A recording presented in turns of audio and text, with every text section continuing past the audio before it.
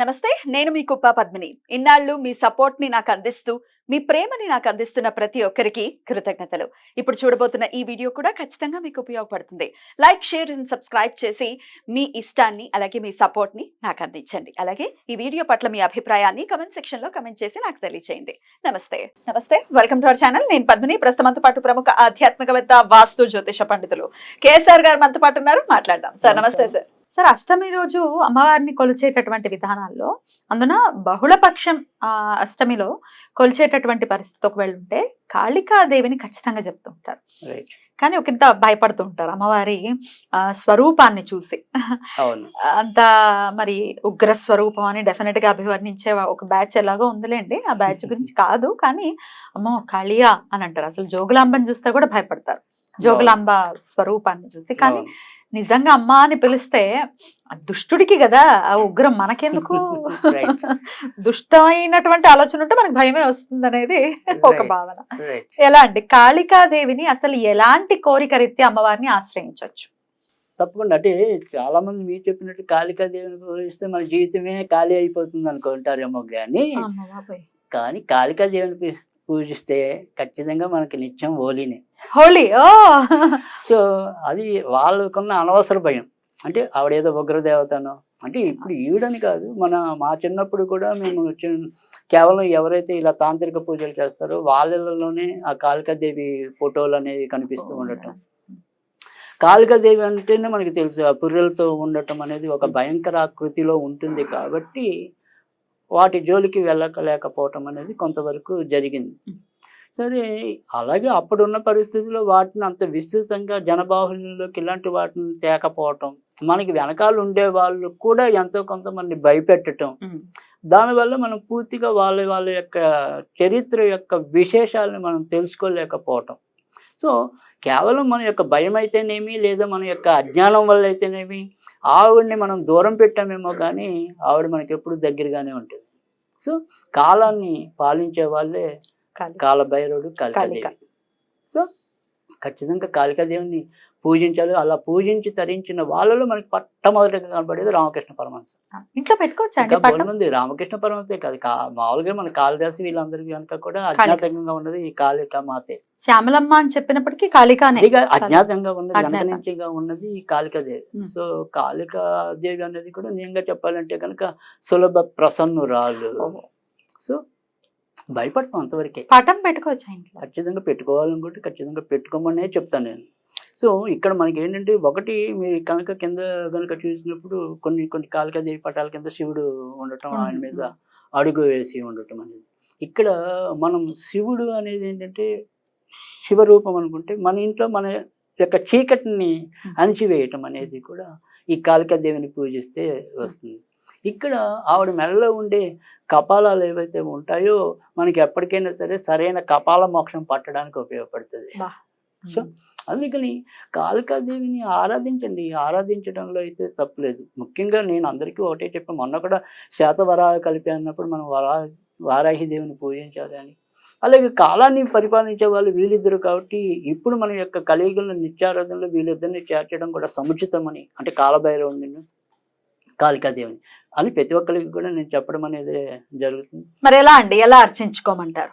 అంటే ఇప్పుడు ఏదైనా సరే మీరు ఎప్పుడు కూడా ఈ స్త్రీ దేవతలు అన్నది ప్రత్యేకంగా మనకు అందరికీ కూడా అది ఒక్కటే తెలుసు కదా. శ్రీసూక్త విధానంలోనే అర్చిస్తాం. అందులో అయితే నో డౌట్, ఏం తేడా లేదు. ఇంకా మళ్ళీ ఈవిడ కోసం ప్రత్యేకించి చదవడాలు అవేం లేవు, ఇంకేం లేవు. మనకి ఏదంటే కాళికాదేవి స్తోత్రాలు కానీ, కాళికాదేవి అష్టోత్తరాలు కానీ, ఇవన్నీ ఇవాళ మనకి ఏంటంటే ఎప్పుడైతే ఈ అంతర్జాలం వచ్చిందో అది మహేంద్రజాలం అయిపోయింది. సో మనకి దొరకని పదార్థం ఏముంటుంది? సో ఎక్కడో తపస్సు చేసుకుంటున్న బ్రహ్మనైనా సరే మన ఇంటి ముందు నింపుతారు. సో మనకి కావాల్సిందల్లా ఏంటంటే అది గుర్తించి గౌరవించడం. సో అదేం పెద్ద కష్టమేం కాదు. సరే, అవి ఉండే వాళ్ళకి అవి ఉంటాయి, అవి లేని వాళ్ళకి రెండు రకాలుగా కూడా ఇక్కడ మనకి ఇందాక నేను చెప్పిన ఈ రమ్యానంద భారతి గారు రచించినది, అంటే ఏదైనా సరే రెండు మంత్రాలను సంపుటీకరించి చేసి ఆరాధించడం అనేది కూడా ఉంటుంది. అంటే ఈ కాళికా భైరవి యొక్క సాధన కనుక మనం తీసుకుంటే కనుక హూం, యారాల హూం, తర్వాత ఝూం, భం, క్రీం, కాళభైరవాయ నమః. ఇద్దరిని. రైట్. ఓం ఓం జూం బం క్రీం కాళీ కాలభైరవాయ నమః. ఇది చాలా అద్భుతమైన ఆమె మంచి సంపుటీకరణ ఇచ్చింది జనబాహుళ్యానికి. ఎందుకంటే ఒకేసారి ఇద్దరిని ఆరాధించేసిన పుణ్యం రావటం అనేది ఉంటుంది. ప్రత్యేకించి మరి ఈ మంత్రం చేస్తే ప్రత్యేకించి ఎట్లాంటి అంటే ఇక్కడ మీకు చాలా ఇప్పుడు సాధారణంగా చెప్పాలంటే కనుక అపమృత్యు భయం అనేది పోతుంది. తర్వాత ఒకటి. చాలా మంది దీర్ఘకాలిక వ్యాధులతో బాధపడుతున్న వాళ్ళకి ఎంతో కొంత ఉపశమనం లభించడం అనేది ఉంటుంది. ఇంకా ఇది కాకుండా భౌతికంగా మన యొక్క కోరికలు ఏవైతే కర్మం ఉంటుందో ఆ కర్మఫలాన్ని కూడా కొంతవరకు తగ్గించడానికి బాబా పాప కర్మని కూడా ప్రక్షాళన చేసే పరిస్థితి.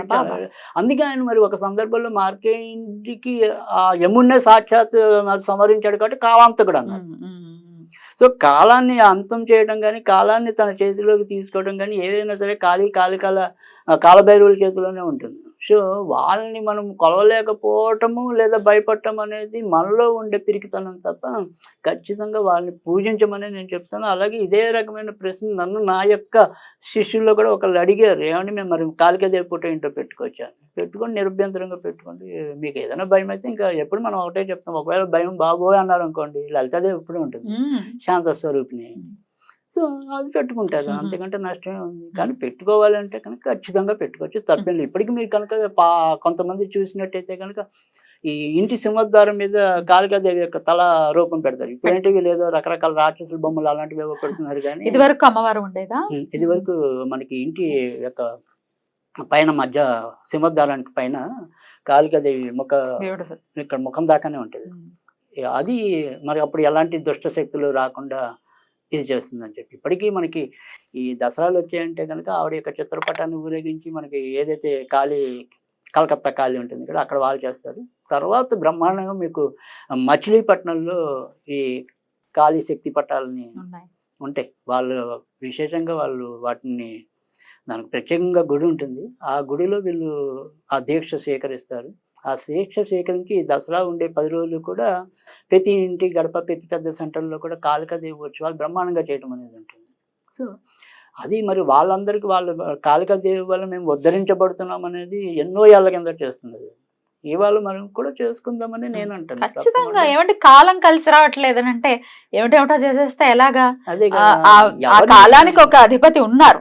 అది వాళ్ళు గుర్తించకపోతే మనం ఏం చేయాలి? అందుకే గుర్తించగలగాలి. ఖచ్చితంగా కాలభైరవుడు వీళ్ళేమి ఇది లేదు. మేము కాశీ అయినా మరి పరిపాలించేది ఆయన శ్రీమూర్తి కాళికాదేవి. ఖచ్చితంగా ఇక్కడ మనకి ఫలక్నామాలో ఎక్కడ ఉంటాడు, భార్య ఎక్కడ ఉంటుంది, భార్య ఎక్కడ ఉంటుంది, భర్త ఎక్కడ ఉంటాడు, వీళ్ళిద్దరిని విడదీయటం అంటే అంతకంటే అజ్ఞానం ఏముంటుంది.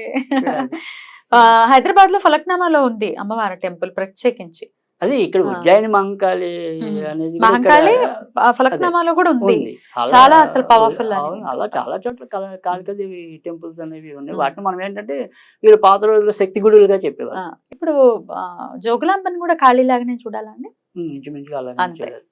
అద్భుతం, అద్భుతం. చాలా బాగా వివరించారు. ఖచ్చితంగా కాలం కలిసి రావట్లేదని బాధపడే వాళ్ళు ఖచ్చితంగా కాళికా మాత యొక్క అనుగ్రహాన్ని గనక పొందే ప్రయత్నం చేస్తే ఖచ్చితంగా తప్పకుండా. అలాగే వాళ్ళకి ఏదైనా ఇంకా కాళిక మీద పరిపూర్ణమైన అవగాహన రావాలి అంటే కనుక ఈ ఇందాక మనం చెప్పిన అంటే ఇంతకుముందు భాగాల్లో మనం చెప్పిన ఏదైనా సరే ఈ కొత్తాలం పీఠాధిపతి రచించిన కాళికా సిద్ధులు అనే అద్భుతమైన గ్రంథం ఉంటుంది. కాళికా సిద్ధులు. అది చాలా సవివరంగా అర్థమవుతుంది. సో ఎక్కడెక్కడ ఇందాక మనం చెప్పుకున్న విశేషాలన్నీ కూడా ఎలా వచ్చాయి ఏంటి అవన్నీ కూడా దాంట్లో మీకు పరిపూర్ణమైన వివరాలు అందుతాయి. ఆ గ్రంథం చదవడం అనేది అనవసరంగా భయాలు పడే వాళ్ళకి అది ఒక కనివిప్పు. అనవసరంగా భయపెడుతున్నారు కదండి కనివిప్పు. రంధ్రాన్వేషకులు ఉన్నారు కదా అదే అంటున్నా. అలాంటి సైంధవులు ఎవరైతే ఉంటారో అదే కొంచెం మనం కూడా ఒకసారి వాళ్ళు చెప్పేస్తున్నారు సరే గుడ్డిగా వాళ్ళు ఫాలో అవ్వకుండా సార్ గ్రంథం కూడా చెప్తున్నారు. కసేపు సూర్యుడు కను అనుకుంటే కనుక మీకు గ్రంథం ఒకసారి చదవండి. రైట్. అందుకే ఎగ్జాంపుల్ ఇచ్చేస్తారు. మీకు తెలియదు చెప్పడం కోసం. కరెక్ట్. అద్భుతం అండి. చాలా అద్భుతంగా వివరించారు. కృతజ్ఞతలండి. నమస్కారం.